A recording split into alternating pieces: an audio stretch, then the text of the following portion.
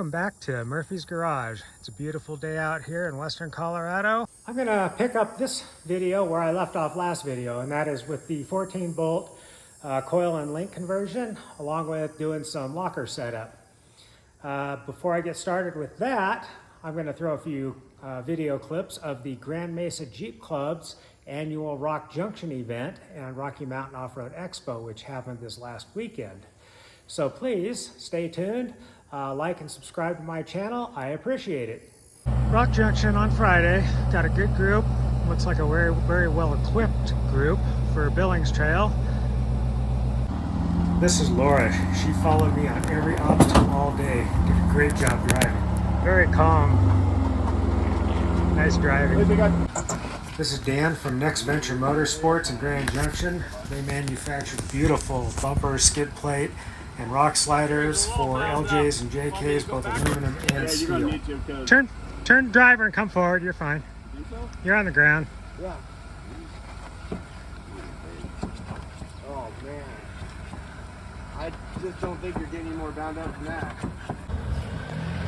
The shorter wheelbase two-door JK sure made it a little more interesting. There you go. Driver.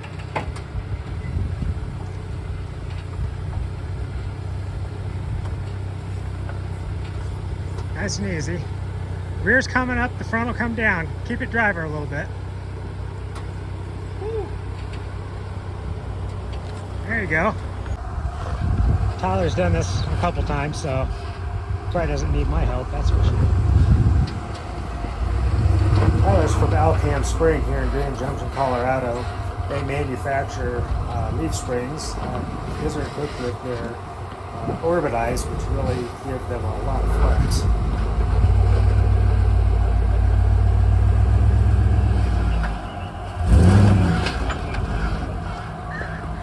Showing off him.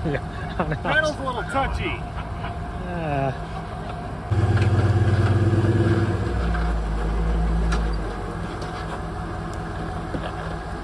Make it easy, that's right.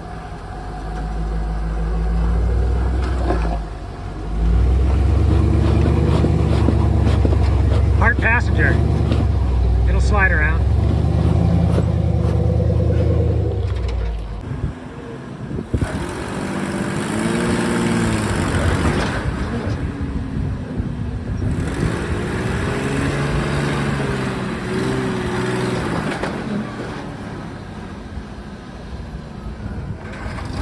Unfortunately, he lost an axle a little bit later, so he peeled out of this show for the day.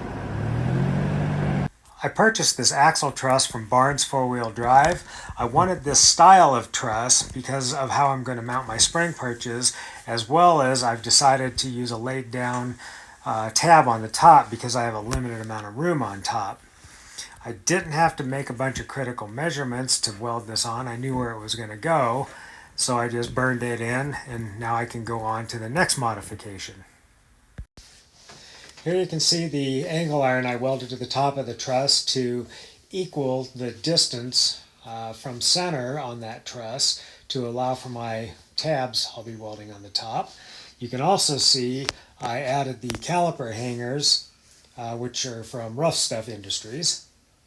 And here you can see I've got the rotor and hub assembly completed. And now the calipers are on it, and it's back under the vehicle for further measurement. With the tires back on the axle, I put the axle back under that vehicle, centered with the chassis. The chassis is being held up with an engine hoist at the correct ride height. I purchased the Ballistic fabrication spring mounts, had to modify it just slightly on this side, but then welded those into the tube. I knew I wasn't going to be able to adjust the frame side of the link mounts or the truss side of the link mounts to adjust anti-squat, but I had quite a bit of adjustability for the lower link mounts on the axle before I welded those in. So I did some math on the 4-link calculator and discovered where those needed to be and got it at about 85% anti-squat and burned them in. This is what a 4-link calculator looks like. I use them for full-bodied vehicles, Jeeps, things like that. It gives me a good guideline as to where to set my links. I don't think these are what the guys doing comp buggies and tube chassis stuff are using, but this works for me. I know the rule of thumb, 75% and up. Myself, I prefer 85 to 95%. And here's the top of that lower link all burned in with the gusset. The spring mounts are welded in, and you can see I welded a tube on top of the mount. There's also a nut welded underneath. This allows me to keep the spring from walking. It also gives me a positive location to tighten down the spring retainer. I purchased some 3/8 thick 90-degree tabs from Rough Stuff. A long one and a short one welded to the truss gives me the correct angle for the triangulation on the upper links. You can also see where that modification I made to the truss came into play on that outer link. While I was there, I did weld a tab in for the limiting strap on the top. Now that everything is welded to the axle, I can get started on gear selection and lockers. Well, I realized I was getting a little carried away on the 14-bolt video. This video series is actually about building the Cherokee, and my ADHD gets a little bit off track here and there, and found myself with way too much footage of how to build a 14-bolt. So we're going to get back on track here. I'm going to show some features and very brief descriptions of the 14-bolt, what was done to it, and then we're going to get it in this Cherokee. So now that we're back on track, let's do that. The Grizzly Locker is what I elected to put in. You can see on this it has the 4 dowel pins that go into the carrier halves. My only caution, don't take out that wing nut and bolt until the carrier is fully assembled. It's a little hard getting that spring back in. On your marks, get set, go. High-speed disassembly on a 14-bolt. This is the pinion support on the 14-bolt. It bolts into the main housing. The entire yoke and bearing assembly all come out as one unit. The depth shims are located between the two pieces, so if you're setting your pinion depth, you install the shims here between the two pieces. And then your depth is controlled by adding shims, which will take it this direction with more pinion depth, or removing shims, which will take it that direction with less pinion depth. I'm going to yank this thing out, and I'll show you what it looks like and how it's assembled. All right, so I've got my pinion gear. There's a bearing pressed on it. There's a race in the housing, pressed into the housing. I have a crush sleeve in this one. I've got an outer race. I've got an outer bearing. I've got the yoke, a washer, and a nut. I use an impact to get this tight enough to take all the play out of the pinion, as well as start the crush sleeve to crush. Then I put a chain wrench and a breaker bar on it to fine tune my inch-pound reading. All right.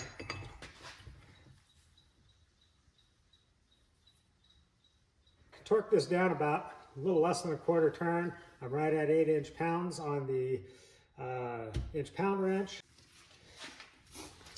Before I go over to the housing and install this, I just wanted to show you, this is the actual shim that came out of this pinion support. I'm going to reinstall it and then check my paint pattern.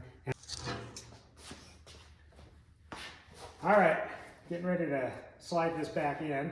Now, the nose of this pinion rides on what's called a nose bearing in there. I really like these pinions that have 3 points of contact. They have very, very little deflection. They tend to be a lot stronger. Another little side note, don't put any glue on these and make sure they're clean. Dirt and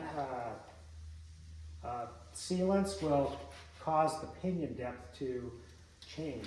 So these just fit in the machine surface. And they only fit in one way. So I'm just going to zip these down to 25, 30 pounds. And then I'll flip it over and we'll do some paint pattern.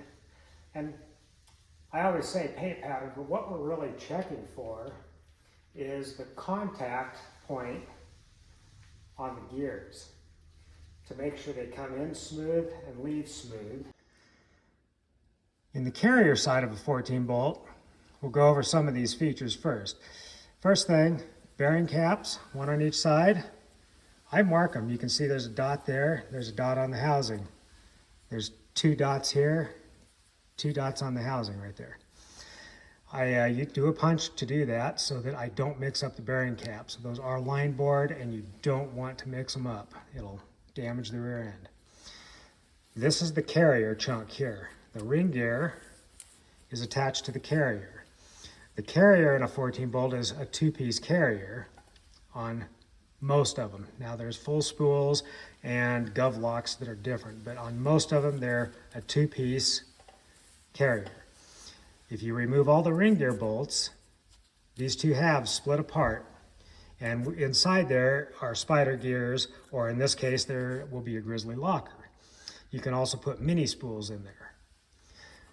You bolt it all together and torque it, and that's your carrier chunk. Another feature on 14 bolts, you can see these little spanner nuts with the holes in them. These are the spanner nut retainers. Now instead of using shims behind the bearings, you adjust your backlash with these spanner nuts. So they will move the ring gear accordingly. And that's how you set your backlash up. Now when you're setting up backlash on these, you have to put the bearing caps on and you tighten them down, but don't tighten them down more than about 25 foot-pounds because the spanner nuts won't be able to push the bearing caps in if they're any further, much more than that. Once you're at your final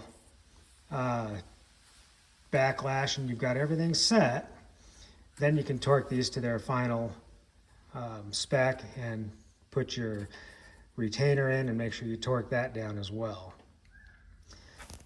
This is what the 14 bolt chunk looks like when it's removed. You can see the bearing and the bolts going in the ring. Once you split it, this is what one of the halves looks like. This one happens to have a mini spool in it that one of the pins is broken. So you can see where this Grizzly Locker, how it will align and set in there. Now I've put some marking compound on the ring gear teeth. Made sure I got backlash close enough to check it. Then I put some resistance on the ring gear and or the pinion and run it back and forth through the paint pattern a couple of times to see where the teeth are landing on the gears. I ended up taking the thick shim out and putting a thin shim in. Ran a paint pattern, got a nice pattern. This is a real good contact pattern on the drive side of the teeth. You can see it comes in smooth and goes out smooth. It's centered well. It's also not right at the top of the tooth, nor is it right at the root of the tooth. So this one's a go with me. On the coast side of the tooth, it's the same type of thing. It comes in smooth and it leaves smooth. It's not at the top or at the root. It's centered really, really well. Just as a side note, Yukon's paint pattern in their instruction manual is a real good guideline to watch on these. When you're doing your backlash, I just use a punch usually to adjust these spanners. This one's where it's supposed to be, so I want to put a little oomph on that bearing in here, which creates preload. Make sure though, you keep it lined up so that, yeah, that feels good right there. Keep it lined up so your retainer will still fit in there. Yes, oomph is a technical term.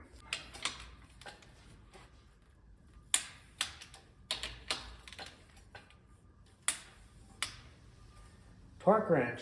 Bolts don't fall out and they don't break from stretching them with an impact. I've torqued these down after I set my backlash. I'm also fully torqued. The caps are incorrect. The retaining pins are back into my spanner nuts, and I'm getting ready to do a final backlash check with a dial indicator. You can see while holding the pinion and moving the ring gear, my backlash is right at about 8 thousandths. That is just about perfect within the specs on this particular rear end. Back under the frame, I got the Ballistic Fab upper spring mount perches, and you can see those are all burned in, and you can also see the tube I put in it for the spring to keep it from walking. There's also a nut up in there to bolt the retainer to. You can see with everything together and the spring not in yet how it all goes together. I also decided to use a front TJ bump stop. You can see that on the lower spring retainer. I did make a few modifications on the final version of this, which I'll show you here in a little bit. Some assembly required. You do have to weld these link mounts together before you put them on the frame. These are from Rough Stuff. I really like how they fit. This is how the link mount attached to the frame. You can see above the link mount I welded a piece of channel which did two things. It reinforced some of the structure on the frame, and it gave me a wider footprint so I could angle that bracket and point the link to the axle bracket. You can see where the upper link mount is welded to the frame, and you can also see that hot spot where that channel was welded. So that channel on the outside helps reinforce this mount as well. These are three-legged link mounts from Rough Stuff, and they point to the triangulated truss. I use 2-inch 250 wall DOM tubing, and then the bung slips into that. I thread the rod end into it before I start welding it. Well, I do weld it with the threads inserted into that bung so that it doesn't warp and I can still thread it out. I don't even know where I got these shock mounts, but they fit really good, so I welded them in. I prefer shocks on the forward side of the axle because you don't have to have as long a shock to gain your travel. I literally ran out of room on this build, so the shock is on the back side of the frame, kind of towards the gas tank, and then tabs are welded down on the axle. Now that everything's in and pretty much assembled, you can see the upper shock mount. We go down to the lower shock mount. It's just a couple of tabs. You can see the upper spring retainer bolt, and you can see the bump stop. Now this bump stop is a TJ front bump stop, but I welded a tube to the bottom of it, and that tube slides into this other tube, which is welded to the spring retainer. That way I could set it at the correct height, make it removable, and still be able to remove my spring retainer. The coil springs, just to note, are for the application of an LJ. I figured LJs were a little heavier, and I've got an assortment of springs here, so I figured out about how much of a lift spring I would need, and these are about a 5-ish inch lift for an LJ. You can also see I've got all my brake lines in and routed. And then I decided to weld this little loop on the back, which is really little, it's 1/2-inch steel. But I use those loops for tie downs on my trailer. I also bought a Rough Stuff differential cover and made that something that you can run into without hurting anything. There's the links on the lower, fully assembled. And there's the upper links, fully assembled. There's the upper links, the triangulation.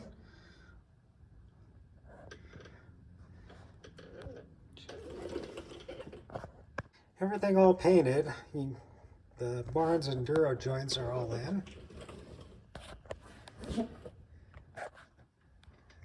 Upper link lower link.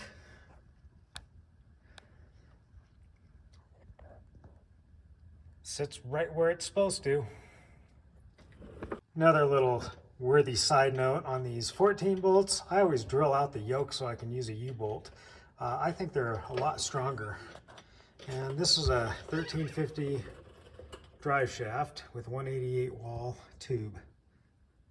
At full stuff, it still clears everything in the fender well and it's up against the bump stops. At full droop, it's not quite at full droop. It's got about another 2 inches, but you can see it's got some travel. Well, that'll do it for video 2 of the Cherokee Chief build. On video 3, I'll be showing you what I did on the front suspension and steering. There's a lot of geometry involved with that. This thing drives really nice, has good road manners, even on the highway. Thanks for watching. Please like and subscribe to my channel. And exiting this video, here's a few more pics of the local Rock Junction event on the trail I led. Thanks for joining.